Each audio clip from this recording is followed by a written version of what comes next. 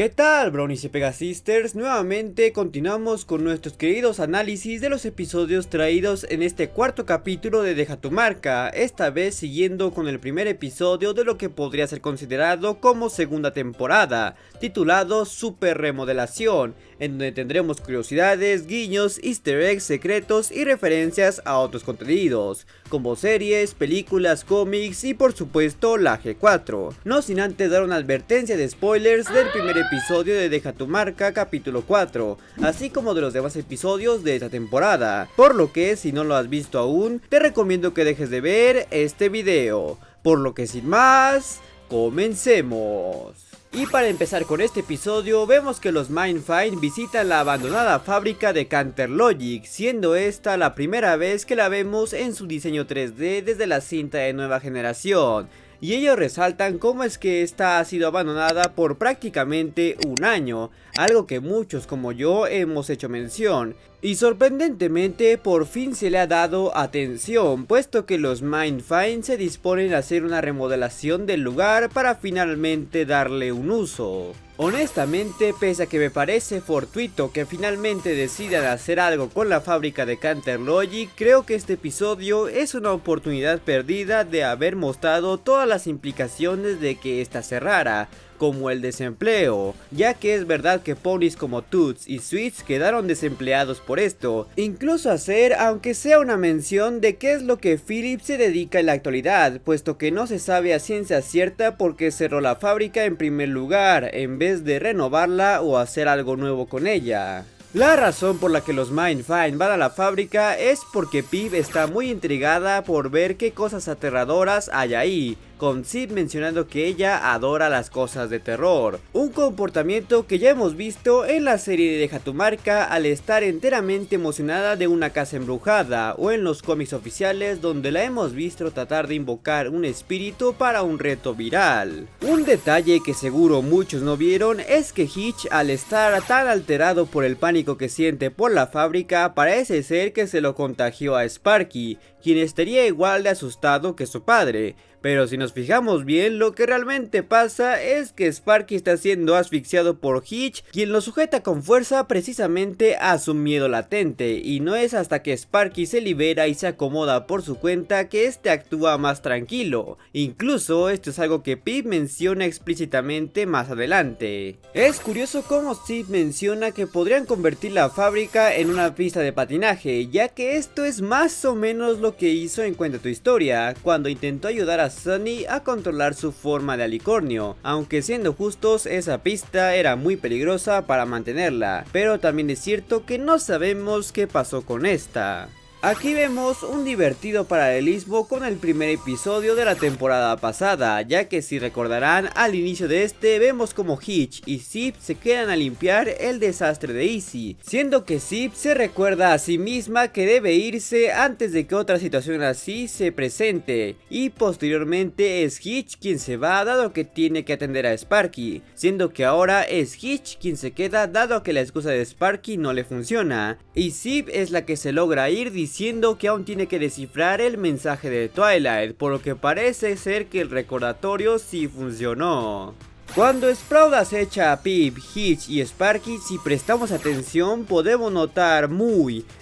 brevemente que Sparky ya se había percatado de su presencia, pues se puede notar cómo es que este se le queda viendo y encima lo saluda. Esto es un gran contraste a cómo Sparky reaccionó a la presencia de Misty, puesto que él se asustó al ver una figura desconocida merodeando frente a él, pero al tratarse de Sprout no se asusta en lo absoluto, indicando que ni un bebé como Sparky se lo toma en serio. Tras que Misty se enterara del mensaje de Twilight y esta se lo informase a Opaline, es que ella nos revela algo muy importante sobre los cristales de la unidad, y es que en sus palabras estos son conductos hacia algo llamado el Prince Beam, que aparentemente es la fuente de la magia. Pero lo más resaltante es que Opaline simplifica esta descripción llamándolos elementos, un término que creo que todos podemos identificar. Básicamente, Opaline está insinuando que los cristales de la unidad son algo así como unos nuevos elementos de la armonía, algo que tiene completo sentido, ya que estos reaccionan a actos de unidad y armonía entre ponis, tal cual como lo hacían los elementos originales. Además, volviendo al mensaje de Twilight, esta menciona que usó toda su energía mágica para crear los cristales, donde hay que recordar que esa misma energía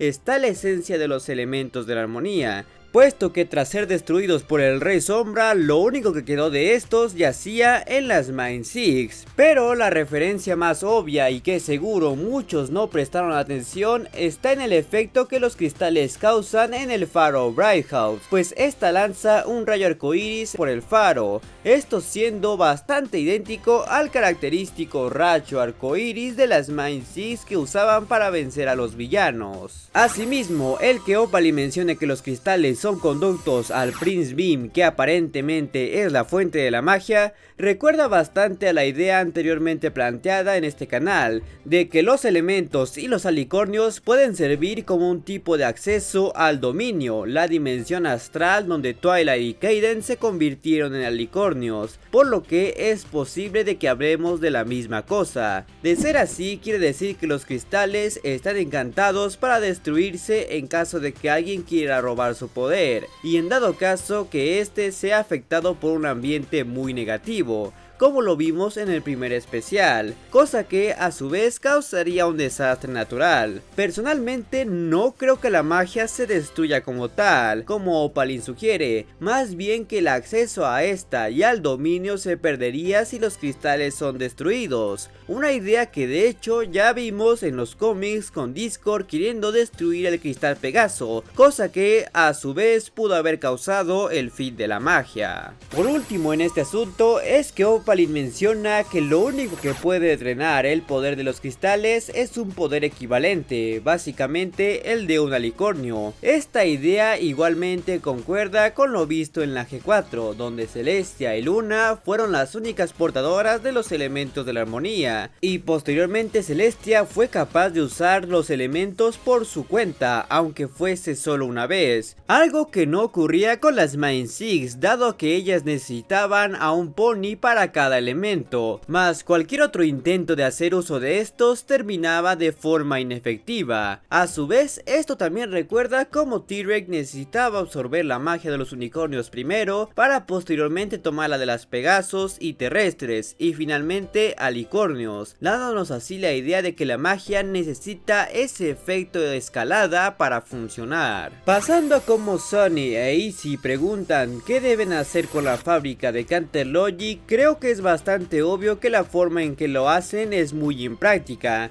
ya que en una situación ideal se convocaría a todo el pueblo para así generar una opinión más organizada, donde cada quien daría sus ideas y al final se decidiera por la más adecuada. Y lo más curioso es que Hitch había propuesto usar la fábrica para hacer un centro comunitario para hacer eso mismo. Y encima de eso vemos que la gente ni siquiera parece tener una idea clara de qué es lo que quieren, porque nomás decían decoraciones al azar, pero bueno, tan alejado de la realidad tampoco está. En este episodio tenemos de nueva cuenta el regreso de Sprout, siendo su aparición más importante hasta ahora luego de la cinta de nueva generación, aunque eso no sea decir mucho, y dado que ya no se encuentra recogiendo basura, podemos suponer que ya terminó su sentencia de haber formado un imperio con el pueblo y construir el robot con el que destruyó el faro de Sunny, algo que corrobora con el hecho de que él menciona que habían acordado olvidar eso, aunque de ser así dejaría en duda a qué se dedica ahora. Vemos que Zip aún conserva el libro de las fantásticas fabuaventuras de Wishy-Hook, que obtuvo de la abuela Figgy en el especial Día de los Deseos, que recordemos que posee parte de la historia de los ponis durante su periodo no mágico, además de referencias al Imperio de Cristal, cuyo origen en sí es muy extraño, ya que si fue creado en la era post-división de Equestria, y este estaba en posesión de una pony que ha vivido toda su vida en esa era como Figgy, quiere decir que su autor debía saber sobre la verdad de las tres razas, que estas no siempre fueron enemigas, puesto que vemos guiños guiños a todas las culturas, desde la tradición de los unicornios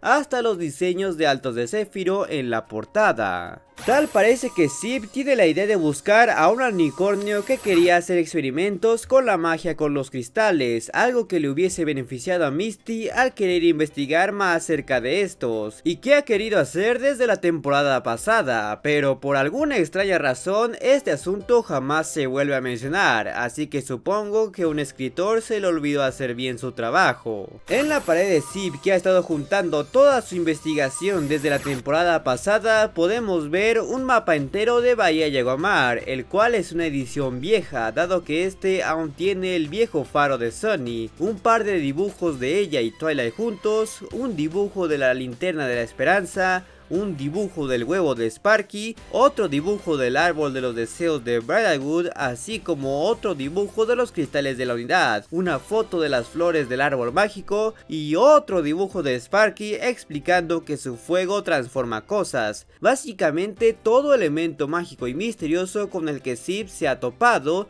y trata de darle una explicación. Vemos que Misty ha pasado el suficiente tiempo con Misty como para adquirir su costumbre de crear unicornios falsos para cumplir su necesidad de tener con quien hablar, una costumbre que a su vez fue heredada por la predecesora de Izzy, Pinkie Pie, quien sabemos que llevó esta idea al nivel más oscuro. Entre los objetos que Izzy utiliza para decorar la fábrica está uno de los castillos del concurso del día de Bahía Yagomar, la foto de Phillips y Sprout que ya hacían la fábrica, una pintura de Seashell y otra de Figgy, el arbusto en forma de Pip del jardín comunitario, el calendario Hot de Hitch y otros tantos muebles y objetos que desconozco, pero hasta donde sabemos es posible que se los haya robado. El personaje del que Izzy se caracteriza es Enderflower, quien dice ser la pony más vieja de todo Bridalwood, y la que veríamos en el episodio posterior ganando la carrera de criaturas, dado que se acordaron que ganaría sin importar lo que pasara.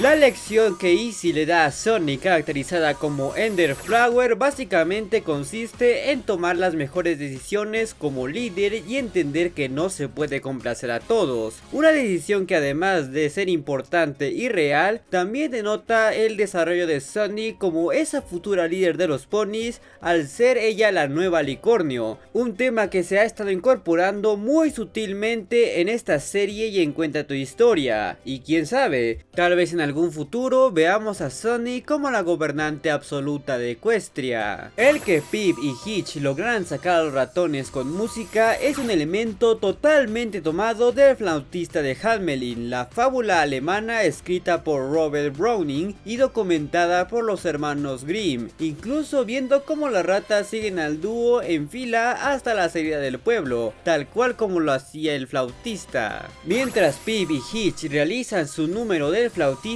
es que podemos ver muy brevemente a Phillips, siendo además su primera aparición en 3D desde Nueva Generación, lo que a su vez deja todavía más la duda de por qué no fue ella a quien consultaron sobre qué hacer con la fábrica, o por qué ella no fue la que entró en esta en vez de Sprout, siendo que ella es realmente la dueña del lugar. Pero todo lo que vemos de esta nos quiere decir que simplemente está desinteresada con lo que pase con Canterlogic, puede que hasta en una de esas se haya jubilado.